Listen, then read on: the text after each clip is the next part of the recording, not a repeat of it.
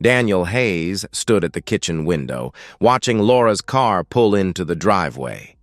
14 years of marriage had taught him her rhythms, the way she always checked her reflection in the rearview mirror before getting out, how she'd pause to straighten her blouse. But lately there had been new patterns, the lingering in the car, thumbing through her phone, the quick spray of perfume before entering the house, and that goddamn cigarette smell. He'd first noticed it 3 months ago. A Tuesday afternoon when he'd come home early with a migraine. The acrid scent had hit him the moment he opened the door. Unmistakable, foreign, wrong. Neither of them had ever smoked. Laura's father had died of lung cancer. She'd always been militant about avoiding cigarettes. "Hey," Laura said, breezing past him toward the stairs. "I'm going to shower before dinner." "Laura." He kept his voice neutral. "Do you smell that?" She froze mid-step, her hand gripping the banister.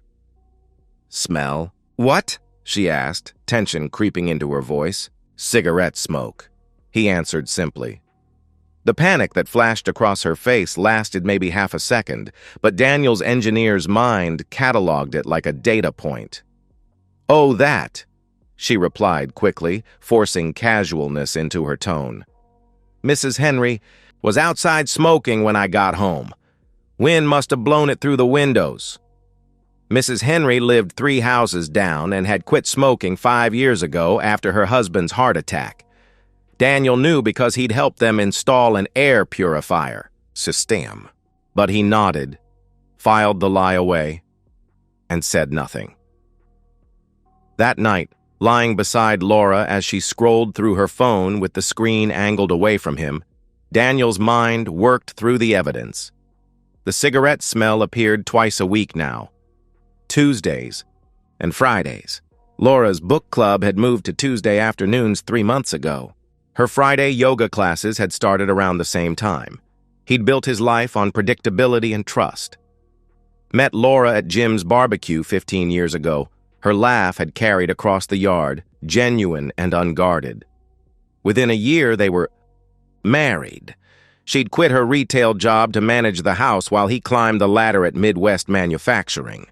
They'd been trying for kids for 3 years before accepting it wouldn't happen.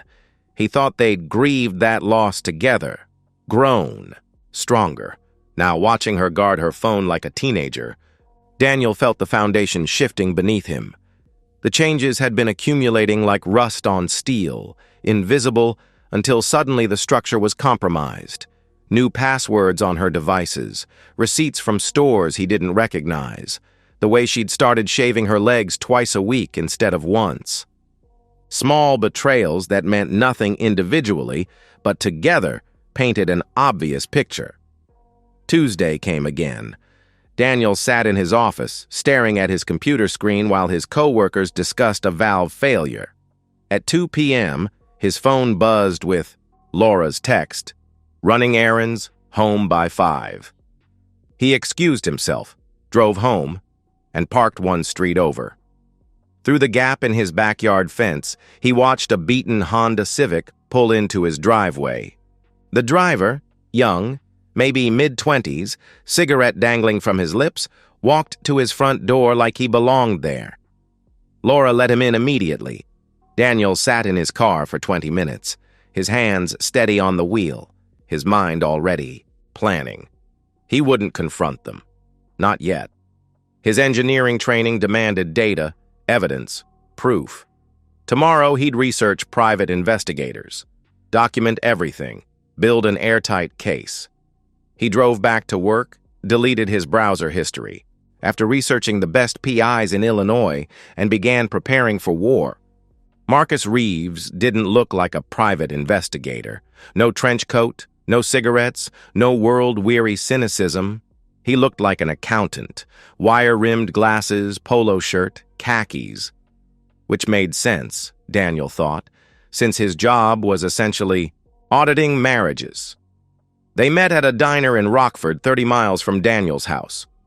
Marcus spread his tablet on the Formica table between coffee cups. "Infidelity cases are straightforward," Marcus said, his voice clinical. photography, timestamps, pattern documentation. Illinois is a no-fault divorce state, but evidence of adultery affects asset division and alimony. What you're buying is leverage. I want everything, Daniel replied without hesitation. Every meeting, every location, every detail, Marcus quoted. His rate, $2,000 for 2 weeks of surveillance. Daniel paid in cash. The first report came 3 days later. Tuesday, 1:47 p.m. Laura meets subject at Motel 6 off Route 47. Subject identified as Tyler Morrison, 24, unemployed. 2 misdemeanor convictions for possession. Daniel stared at the photographs. Laura entering room 23, Tyler's hand on her lower back.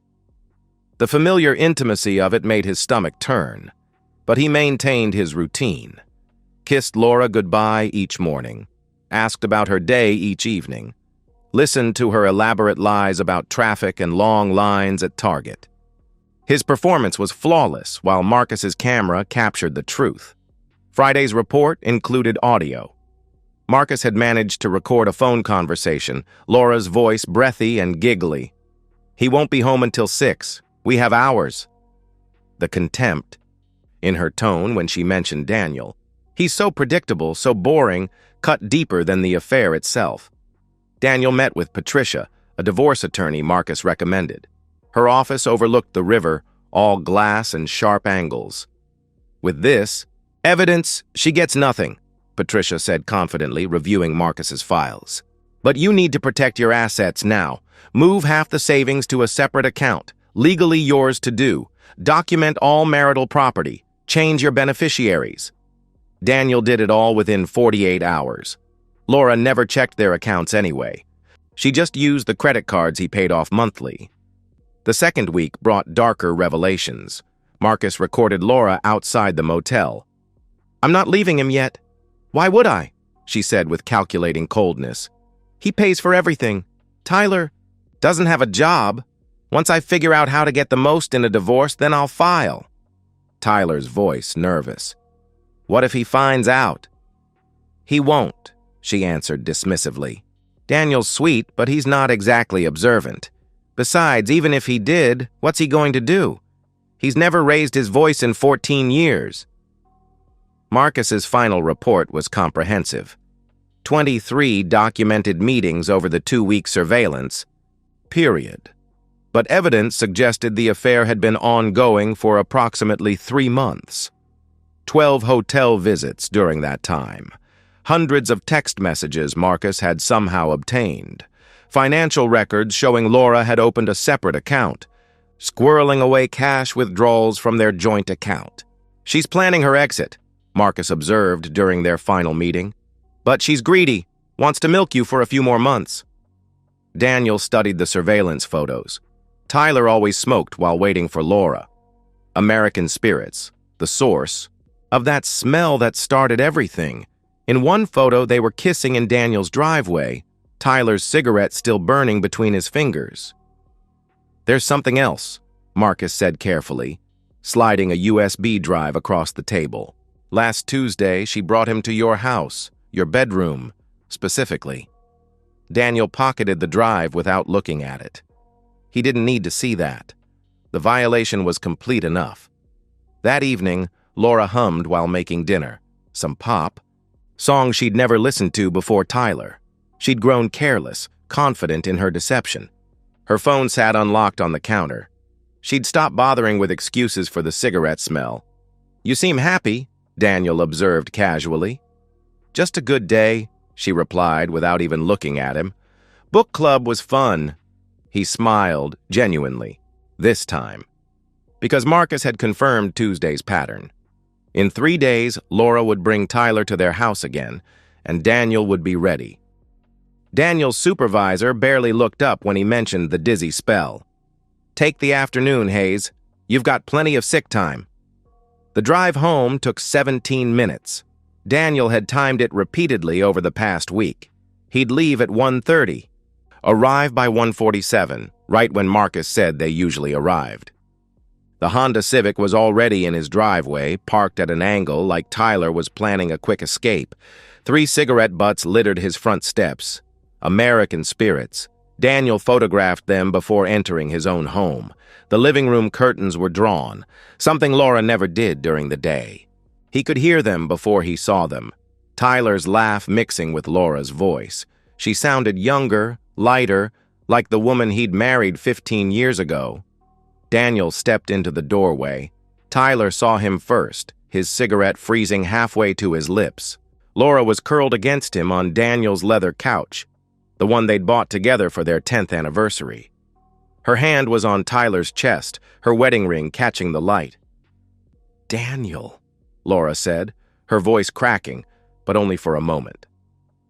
Then something shifted in her expression, panic to calculation to something like relief. Tyler scrambled up, cigarette falling onto Daniel's carpet. Oh shit, man, I didn't, she said you were," he stammered. "Sit down, Tyler," Laura commanded, her voice steady now, controlled. She lit another cigarette with deliberate slowness. "Daniel, since you're here, we might as well talk." She introduced Tyler like they were at a cocktail party. 24, aspiring musician, they'd met at a coffee shop. 3 months ago, she volunteered this information with a casualness that felt rehearsed. "I've been unhappy," Laura continued, smoke curling between them. "You're a good man, Daniel, but you're boring. Every day is exactly the same. Work, dinner, TV, bed. I'm 39 years old and I feel like I'm already dead."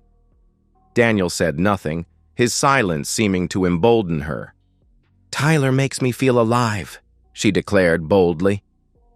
"The intimacy is incredible, something we haven't had in years."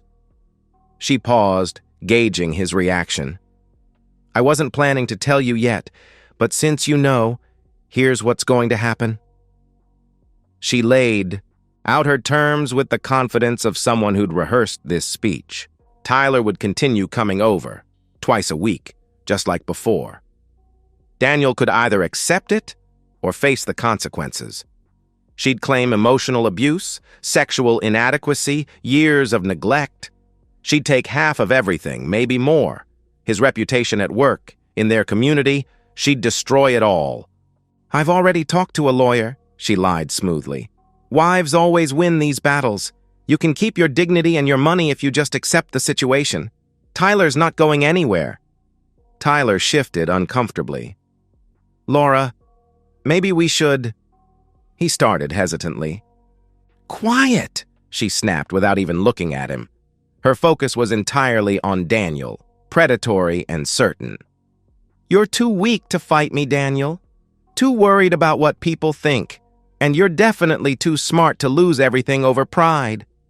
Daniel stood perfectly still, processing her speech like an equation. Every threat, every assumption about his character, every miscalculation of her position, it all confirmed what Marcus had documented.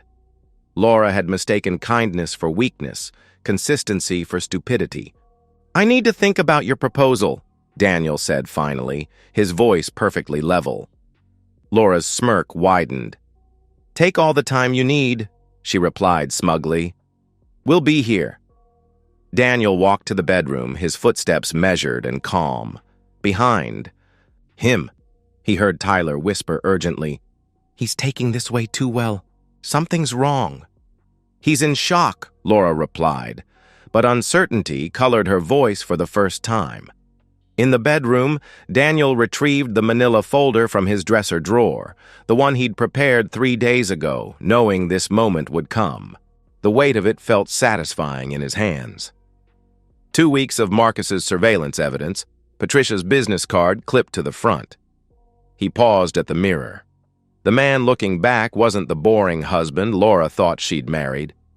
This was someone who'd spent 2 weeks planning her complete destruction, someone who'd already won the war she didn't know they were fighting. Daniel smiled, the same smile he'd worn when he solved particularly complex problems at work. Then, he walked back to the living room, ready to show Laura exactly how badly she'd miscalculated everything. Daniel returned to the living room with the manila folder, his entire demeanor transformed. The shocked husband was gone, replaced by someone Laura had never met, calculating, prepared, dangerous. "I have a confession," Daniel announced, setting the folder on the coffee table. "I've known about your affair for 2 weeks." Laura's cigarette trembled slightly. "That's impossible," she protested. "You just found—" "3 months ago, you panicked when I mentioned smelling cigarette smoke," Daniel interrupted, his voice carrying the same tone he used when explaining engineering failures to junior staff. "Your lie about Mrs. Henry was particularly stupid. She quit smoking 5 years ago. I helped install her air purifier. That panic told me everything." He opened the folder, spreading photographs across the coffee table like playing cards. "The next day, I hired Marcus Reeves, private investigator, 20 years experience, very thorough." The first photo showed Laura entering the Motel 6. The second, her kissing Tyler in the parking lot. The third, fourth, fifth, a comprehensive timeline of betrayal, each image time-stamped and dated. Tyler's face went white. "You've been watching us?" he asked in horror. "For exactly 2 weeks," Daniel confirmed matter-of-factly. "Every meeting during that time documented. 23 encounters total, but Marcus found evidence the affair started 3 months ago. 12 hotel visits. Your criminal record, Tyler. 2 possessions, currently on probation. Your probation officer will be very interested in these photos of you smoking marijuana in your car." Laura grabbed the photos, her hands shaking now. Each image was perfectly clear, undeniable. Marcus had even captured them through the motel window, not explicit, but clear enough for court. "The audio recordings are particularly damning," Daniel continued, pulling out transcripts. "You discussing how you're using me for money, planning to milk me for a few more months, calling me boring and predictable while spending the money I earn." He quoted her words back verbatim. "He's sweet, but not exactly observant." What's he going to do? He's never raised his voice in 14 years. "Well, my personal favorite. Once I figure out how to get the most in a divorce, then I'll file." Laura's confident facade crumbled entirely. "You can't. Those recordings are illegal," she stammered desperately. "Illinois is a 2-party consent state for recordings," Daniel agreed calmly. "Unless they're in public spaces, motel parking lots, coffee shops, your conversations on our front porch, all perfectly legal. Patricia made sure of that." At the mention of an attorney, Laura went pale. Daniel produced more documents, bank statements, asset lists, Patricia's business card. "I've already moved our savings," Daniel stated coldly. "Legally, I'm allowed to protect marital assets when adultery is documented. The house is in my name only. You never wanted the responsibility, remember? Your car, also my name. Your credit cards, canceled as of this morning." Tyler stood abruptly. "I need to go," he said, panic rising. "Sit down," Daniel commanded, his voice carrying an authority neither of them had heard before. "You're on my property, in my house, my wife. You'll leave when I say you can leave." The profanity, so unlike Daniel, made them both flinch. Daniel produced the final documents. Divorce papers, already filed. Adultery clearly documented. Your threats about claiming abuse? They're recorded too. Extortion, actually. Patricia says that could be criminal charges if you pursue false allegations. Laura's breathing became ragged. "Daniel, please," she begged, her composure completely gone. "We can work this out. I'll end it with Tyler. We can go to counseling." "Counseling?" Daniel laughed, sharp and bitter. "You brought him to our bed, Laura." "Our bed. Marcus has video of you entering our house with him last Tuesday. You violated everything while I was at work earning the money you were stealing." He turned to Tyler with ice-cold fury. "You have 5 minutes to leave. If you contact my wife again, these photos go to your probation officer. If you come near my property, they go to the police. Clear?" Tyler didn't need to be told twice. He grabbed his jacket and practically ran for the door, not even looking back at Laura. "Tyler!" Laura called after him desperately, but the door was already slamming. Alone now, Laura's desperation peaked. "You can't just throw me out," she snarled, her mask finally completely off. "I have rights. You have until 6 p.m. to pack what you can carry," Daniel replied with finality.